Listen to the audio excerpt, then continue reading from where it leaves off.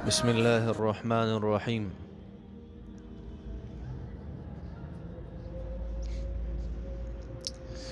لن يستنكف المسيح أن يكون عبدا لله ولا الملائكة المقربون ومن يستنكف عن عبادته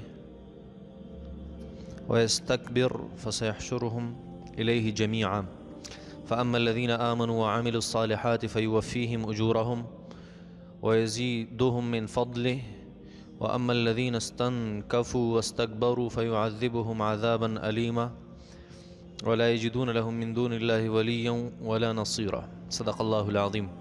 اللہ فرمائی لن يستنکف، بالکل شرم نہ کئی، بالکل حیا نہ کئی، بالکل شرم نہ کئی المسیح عیسیٰ علیہ الصلاۃ والسلام ان پدی خبر کی یکون چشید عیسیٰ علیہ الصلاۃ والسلام عبدن بندہ للہ دا اللہ وللملائکۃ ون فرشتے المقربون نزدیک لے شوی ومن یستنکف چاچ شرم کو عن عبادته دا اللہ پہ عبادت کی ویستکبر اوزانی چوت اگنو فسیحشرهم زرد چی اللہ با دی راجم کی الیہ خپلزان تا جمیعا ٹول فاما الذین پس هاغ خلق آمنو چی ایمان راوڑی وعملوا الصالحات او نیک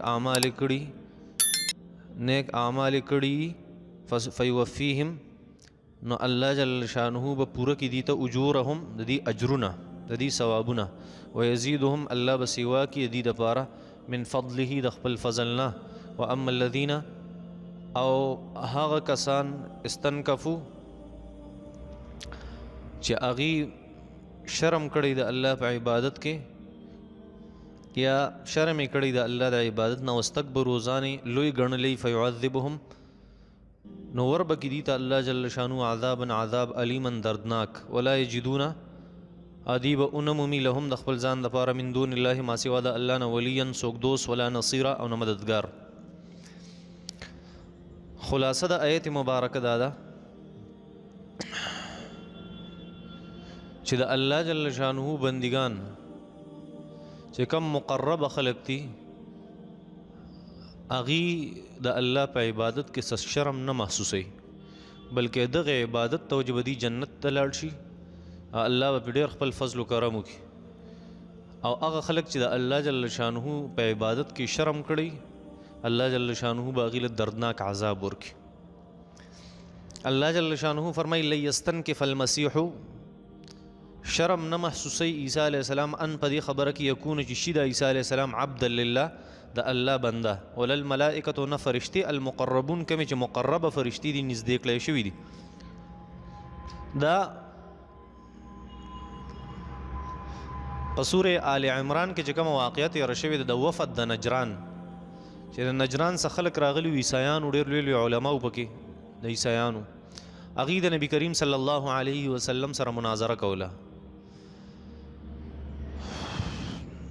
نو بیا عیسیانو یو خبر اوکلا وی تا زمون چی کم صاحب دے نتا دا اغا عیب بولی بیانے نبی علیہ السلام تے فرمائل نبی علیہ السلام تے ہوئی چی زمون کم صاحب دے تب آغا بس خبر ولی کہ عیب ولی بیانے نبی علیہ السلام فرمائل ومن صاحبکم ستاسو مرگر سوکتے اغی عیسیٰ ابن اللہ عیسیٰ دا اللہ زوے تب آغا بس ولی خبر کے اغوی ما سویلی دا عیسیٰ علیہ السلام بارکی ویتا دا عیسیٰ علیہ السلام بارکی داوی چی اغا دا اللہ بندہ دے دا اللہ عبادت کون کے دا اللہ بندہ دے دا پا غبان عیب در نبی علیہ السلام فرمائل عیسیٰ علیہ السلام دا اللہ جل شانہو پا مخلوقات کی یو مخلوق تے او دا مخلوق تا پار دا شرم خبر نہ دے چی اغا دا اللہ جل شانہو عبادت کی بلکہ دا خدا اغی دا کامیابی سبب دے او دا اغی ذریعہ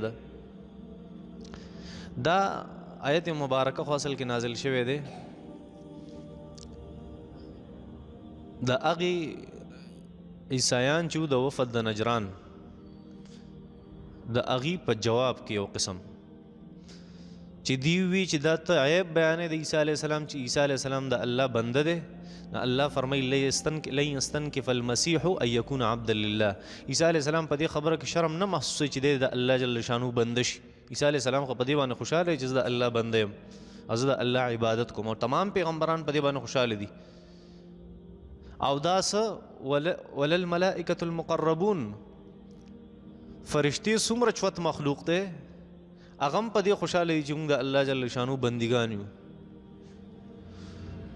دا فرشتي الله جل شانو به تور مثال پیش کړل دلته. اصل کې ګوره عیسایانو ولی عیسی علیہ السلام ته د خدای زوی وي؟ دا یو سوال دی. سو جواب زکه وته وی او جواب او جداوا چې عیسی علیہ السلام هغه خو اول دی د حضرت عیسی علیہ السلام او داغه د مور په بیزته کې لګیدلو. خو عیسی علیہ السلام د مور په غیږ کې خبرې وکړي. یوا عیسی علیہ السلام چې کله غټ شو نو ابرئ الاکمه والابرص واحيي الموتى باذن الله، د الله په حکم مې مړي راژوندي کول، برګي مرض والے ټول خکړه په دم باندې، او چې کوم د مور نه لاندې پیدا شي هغه ټیکړه پوهیږي په دې.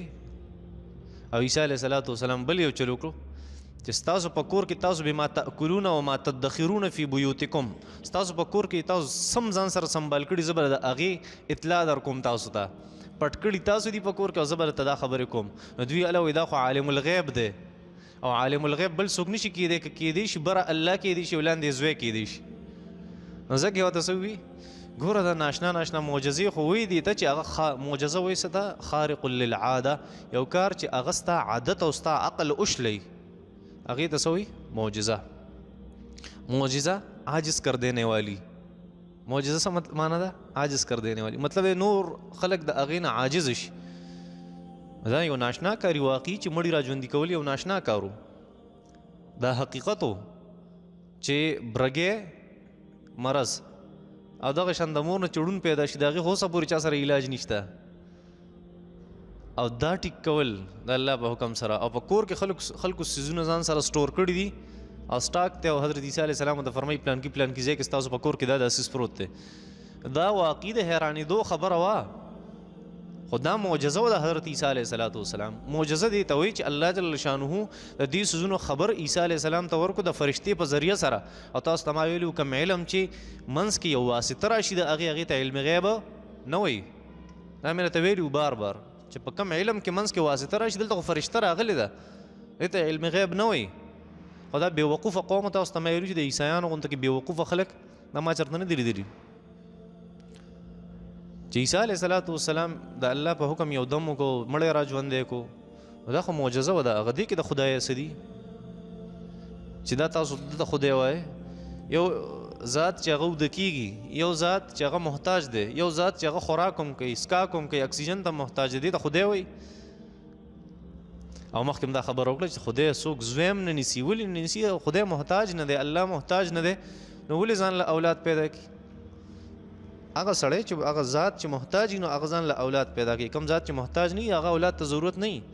که نه دا خبرې عقل کې نه راځي، ذهن کې راځي. نو الله جل شانه فرمایل نو دې دا خبره کوله چې عیسی علیہ السلام د الله زوی نو په څه بنیاد یې کوله؟ په دې بنیاد یې کوله چې عیسی علیہ السلام دا چونکې دا ناشنا کارونه ته صادر شو نو دوی ورته دا د خدای زوی دی. پوهېږي؟ نو الله جل شانه په مثال کې فرشتې هغه ذکر کړی وللملائکة المقربون. فرشتې خو هم د دې خبرې نه شرمېږي چې موږ د الله بندګان یو. عیسی علیہ السلام چې څنګه بنده دی فرشتې هم بندګان دي. عیسی علیہ السلام سره دومره علم نشته، دومره طاقت ورسره نشته کم چې د فرشتو سره دی. وایي چې اته فرشتو د الله جل شانه عرش راټینګ کړی دی. حضرت جبریل علیہ السلام باره کې مفسرینو حضراتو لیکلي چې کله د صدوم او د عاموري چې کوم ښارونه وو د هغه د لوط علیہ السلام د قوم خاري چې صدوم او عاموره په دمشق کې، دا حضرت جبریل علیہ السلام دا ټولې خاري د ځمکې د یخ نه په یو وزر کې چوتې کړې وي. حضرت جبریل علیہ السلام 600 وزرې دي او دی په یو وزر کې چوت کړې اسمان ته وخېجول او د هغه ځای نه الټه راوغورځول. دومره طاقت والا. نو د عیسی علیہ السلام طاقت هم دومره نه و څنګه چې د فرشتو دی، نه د عیسی علیہ السلام علم دومره و کم چې د فرشتو دی. الله جل شانو فرمایي بره چې کوم غیب څیزونه دي په هغې څوک عالمان دي؟ فرشتې عالمان دي. عیسی علیہ السلام له خو یو څو څیزونه ما ورکړه تاسو هغې په تعجب کې واچولې. نو فرشتې چې د هغې سره ډېر علم او ډېر طاقت دی هغې د دې خبرې نه شرم نه کوي چې موږ د الله جل شانو بندګان. عیسی علیہ السلام ولې شرم وکړي؟ عیسی علیه السلام کمزور دی د هغې فرشتو نه، په طاقت کې هم کمزور دی او په علم کې هم کمزور دی، نه رسوي په دې خبره. دا ځان له یو مسله ده چې مخکې یو فرقه تېره شوې ده که نه پخوا هغې ته معتزله وایي. معتزله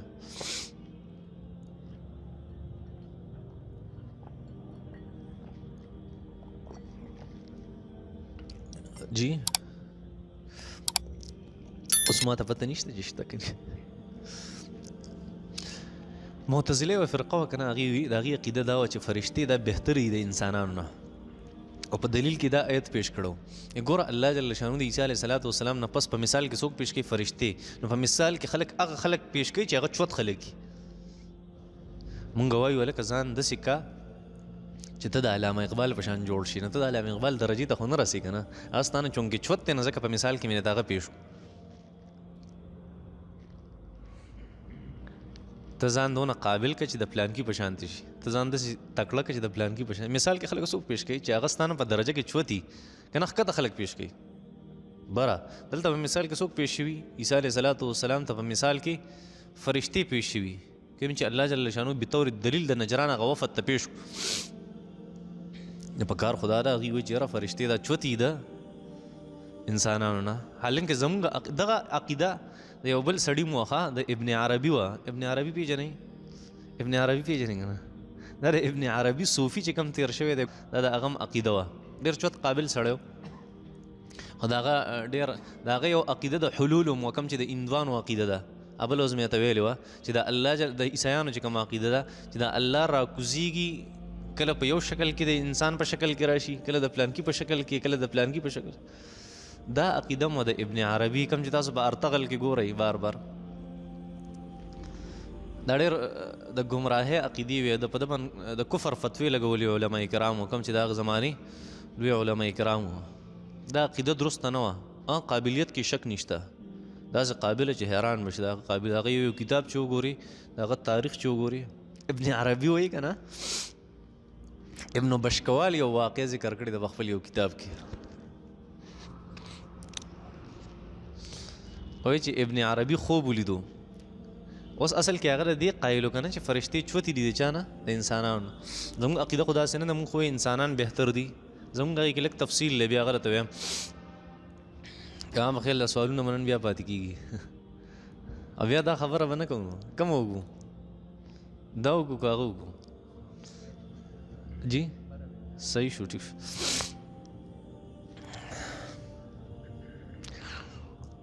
نو د هغې عقیده چونکې دا وه چې فرشتې بهترې دي، نو ابن عربي یو حدیث پیش کو په دلیل کې. د بخاري شریف روایت ته ډېر بهترین روایت دی، تقریبا حدیث قدسی دی. آخری سیکنڈ آخری باب کې تقریبا امام بخاری رحمت الله علیه ذکر کړی.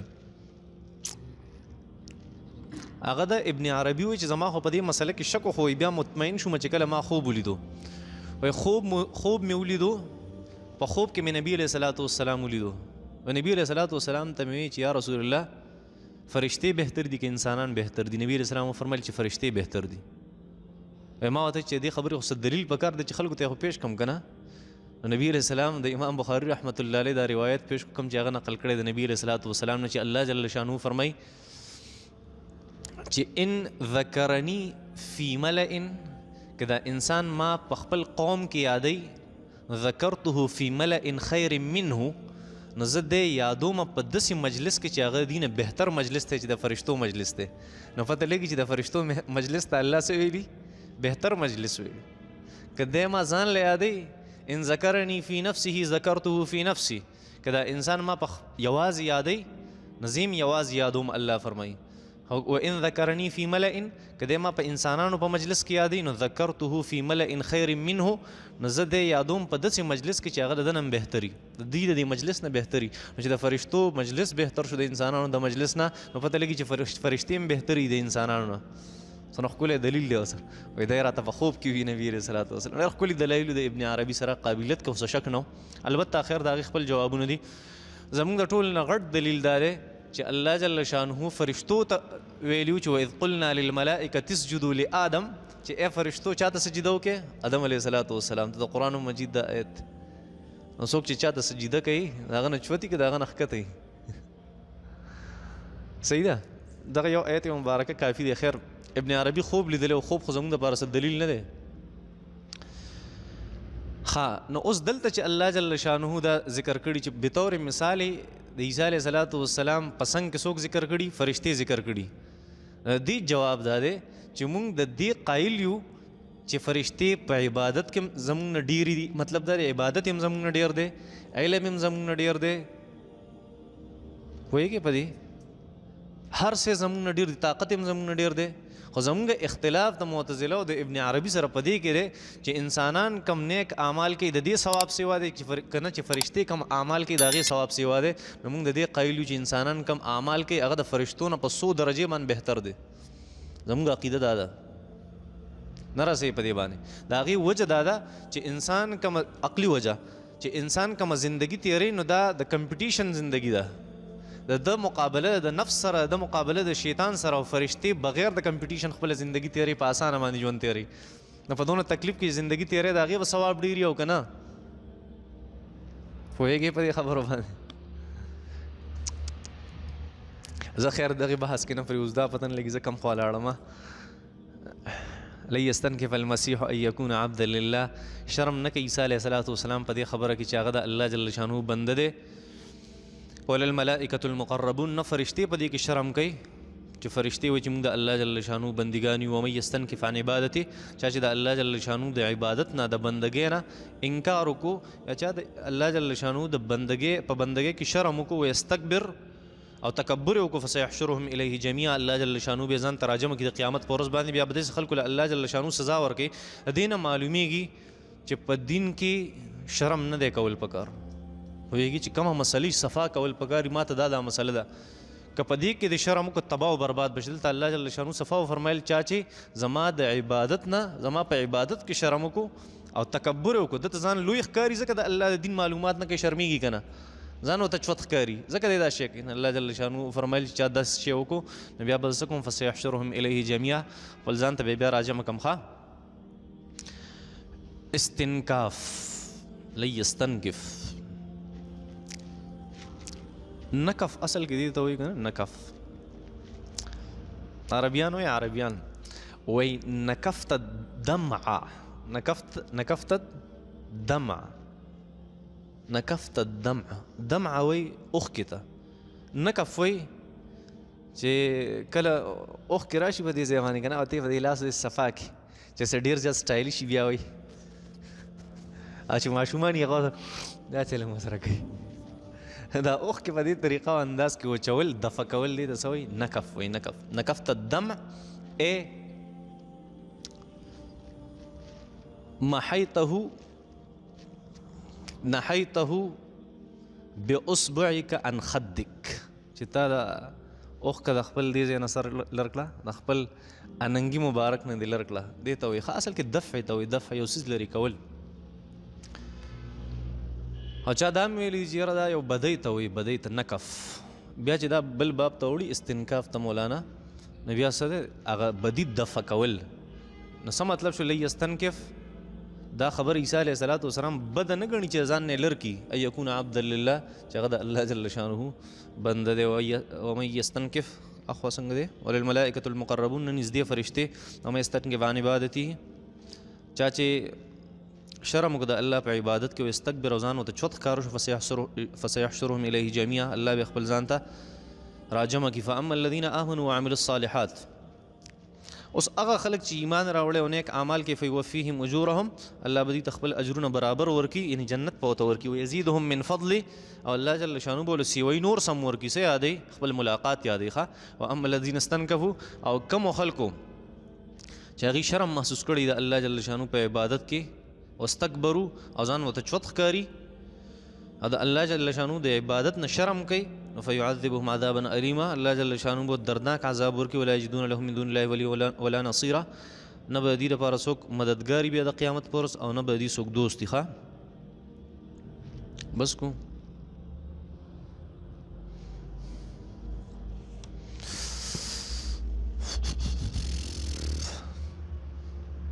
یو وایو جی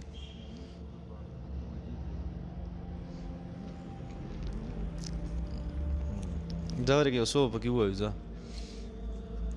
بسم الله الرحمن الرحیم. رب زدنی علما رب اشرح لي صدري ويسر لي امري واحلل عقدة من لساني يفقهوا. د میزان بینک نه په قسطونو باندې گاډي اغستل جایز دي که ناجایز دي؟ ګوره د میزان بینک سره معاملات هغه درست دي، هغه اسلامي دي، 100% خو نه دي. البته یو خبر ځان سره یاد ساتئ، کله چې اسلامي بینک سره تاسو یو معامله کوئ که نه دا سیزونه اپډیټ کیږي، نوي نوي پلانینګ زی د هغې پروسیجر په هغې طریقې کار باندې هغې خپل کار چلی. نو دا زما تپوس کولو په ځای هلته په هر اسلامي بینک یو شرعي اډوایزر ناست یا عالم یا مفتي، لکه د هغه نه تپوس وکړئ چې که نه ډېر به بهتري ښه. نور د هغې سره معاملات درست دي، څه نقصان پکې نشته. د اذان په وخت کې که مخ او سینه د قبلې نه واوړي نو څه حکم دی؟ ګوره قبلې ته مخ کول د اذان په دوران کې دا سنت دي، لکه ضرورت په وجه باندې یا د عذر په وجه باندې د قبلې نه واوړي نو هېڅ نقصان نشته. ښه په پلی سټور کې د قرآن سافټویر او د تفسیر سافټویر ملاویږي، هغې کې ډېرې زیاتې غلطۍ. نو صحیح سافټویر هغه به مونږ ته څنګه میلاو شي؟ ګوره صحیح سافټویر ته تپوس کې اکثر سافټویر خو ټیک دي، د قرآن او کم تفاسیر چې دي یا د هغې ترجمې شوي دي، خو تاله دا کوشش پکار دی تی ټیک کړي که نه ته به څه کوې؟ کافر شی غلطۍ نه تی نشي ټیک کولی. په دې سوچ پکار دی، په دې سوچ نه دی پکار چې زه دا سیز ډاونلوډ کوم کم ډاونلوډ کړم، په دې سوچ وکړه چې کم سیز هغې غلط کړی چې زه به یې ټیک کړم. دا به څوک سوچ کوي؟ دې پسې به زه ګرځم. د یو مولي صاحب ویډیو وایرل شوی ده په فیسبوک باندې. ښه په هغې کې مولي صاحب وایي چې د جمعې په ورځ د مازدیګر د مانځه نه پس چې څوک دا درود شریف ووایي اللهم صل علی محمد النبي الامي وعلى آله وصحبه وسلم، نو د هغه د 80 کالو ګناهونه معاف کیږي او د 80 کالو نیکۍ هغه ته میلاویږي. دا رښتیا دي. دا درود شریف خو ټیک دی اللهم صل علی محمد النبي الامي، ډېر نور ډېر فضایل دي. دا درود شریف خو ټیک دی، خو د 80 کالو والا خبرې چې کوم دي که نه دا منګړت دي، دروغ دي. دې باره کې امام ابن حجر اسقلاني رحمت الله علیه هغه ویلي چې دا داسې روایت چې کوم راغلی د 80 کالو ضعیف جدا، دا ډېر زیات کمزوری دی. او امام ابن جوزي رحمت الله علیه ته موضوع ویلی دی، دا موضوع دی، منګړته خبره ده.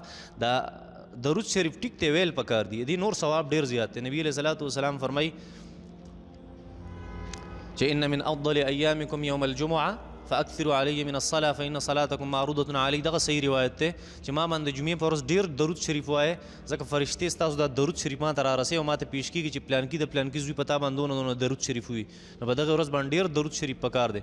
او نور صحیح حدیثو کې راځي چې نبی علیه السلام وفرمیل چا چې په ما باندې یو پېره درود شریف وي من صلی علیه واحده، چا چې په ما یو پېره درود شریف وي صلی الله تعالی علیه بها 10، الله به د باندې 10 رحمتونه نازل کړي. نو دغه صحیح روایات دي. نو دا نورې منګړتې د 80 کالو ثوابونه او د 80 کالو ګناهونه دا ریږي، نو دا خبرې فضول دي. ښه